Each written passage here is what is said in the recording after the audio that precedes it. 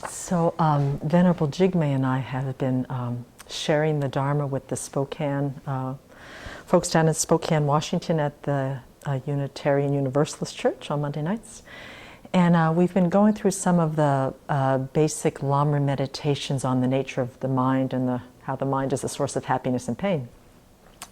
And so we covered those two last week, and then we were thinking, well, what can we share that will bring some more clarity to the folks on where we get into trouble as why we think that something besides our minds is a source of happiness and pain. So this past Monday I shared what we call the 3 characteristics of cyclic existence.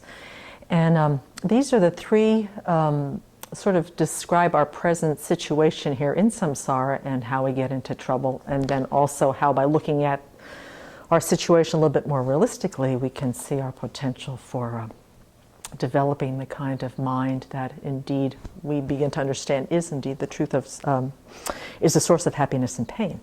So the first of the 3 characteristics is that all this phenomena in our world here is transient, changes moment by moment, impermanent, comes into existence due to causes and conditions, abides due to causes and conditions, and when the causes and conditions for that phenomena, whatever it is, cease, so does the object or the experience. So I think if everybody or anybody's like me, I take this as sort of, well, of course, things are impermanent, I understand that I look at outside and the leaves are changing, the seasons are changing, the food on my plate soon disappears. I understand impermanence, not a problem. But then we checked in and said, well, what happens when something breaks, or a relationship ends, or you lose your job, or somebody dies? We inevitably find ourselves extremely surprised with a lot of emotion behind it. So although intellectually we say that we get impermanence, on the heart level, at least for me, I don't get impermanence, and that is a major cause of my pain and discontent. So that's one of the first characteristics of cyclic existence. Then the second one is called unsatisfactoriness.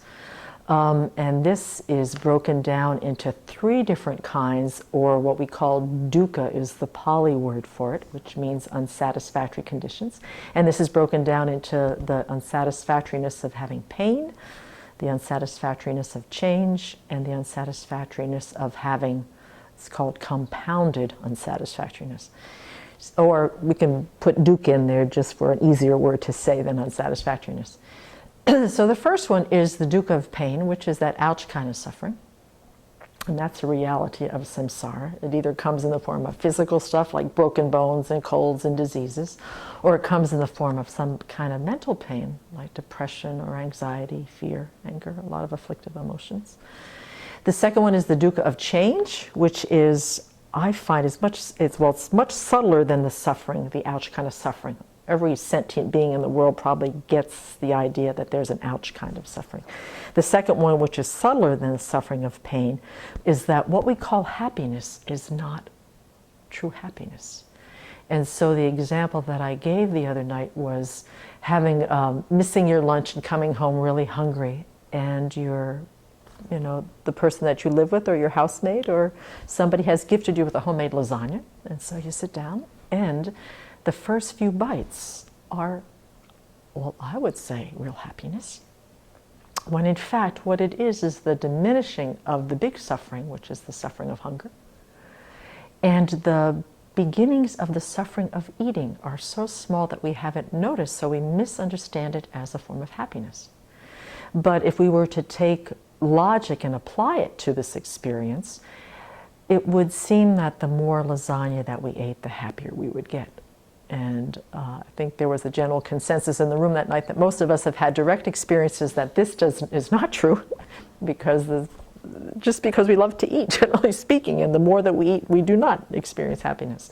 And you can apply this to just about any type of experience, at least in human terms: walking, sitting, sleeping, having sex, being with friends, any type of experience action that we do.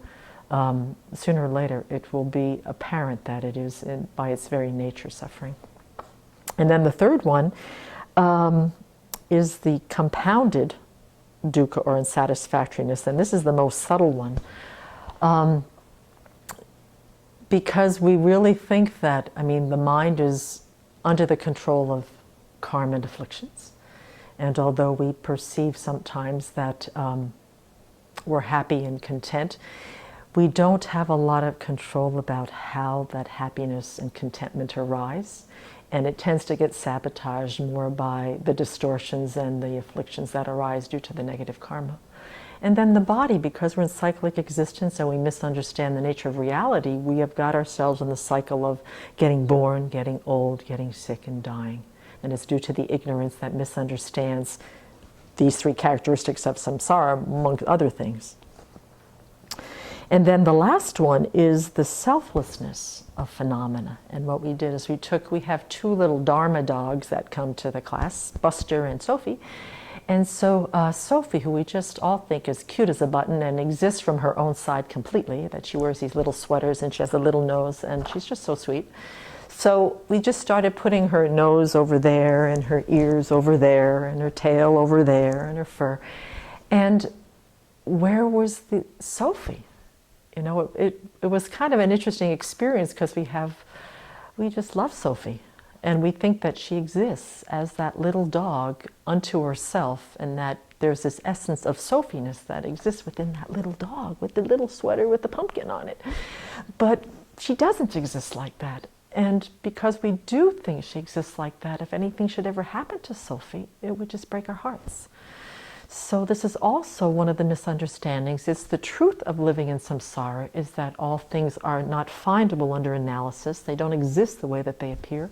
But because we do think that they do exist the way that they appear, then it causes a lot of heartache. So the reason I think that Venerable Jigme and I chose this is because we have a lot of folks in this group, and we've been seeing this growing wonderful thing about people wanting to understand why they have the level of discontent and restlessness and unhappiness in their lives. And they want to have tools. They want to understand, where's my thinking going wrong? What can you give me that can help me get some clarity and to be able to bring some reality, some realism to my life, so I can look at things realistically, know what their flaws are, know what their capacities, and how I can have a relationship to my life, the things and the objects in it more realistically.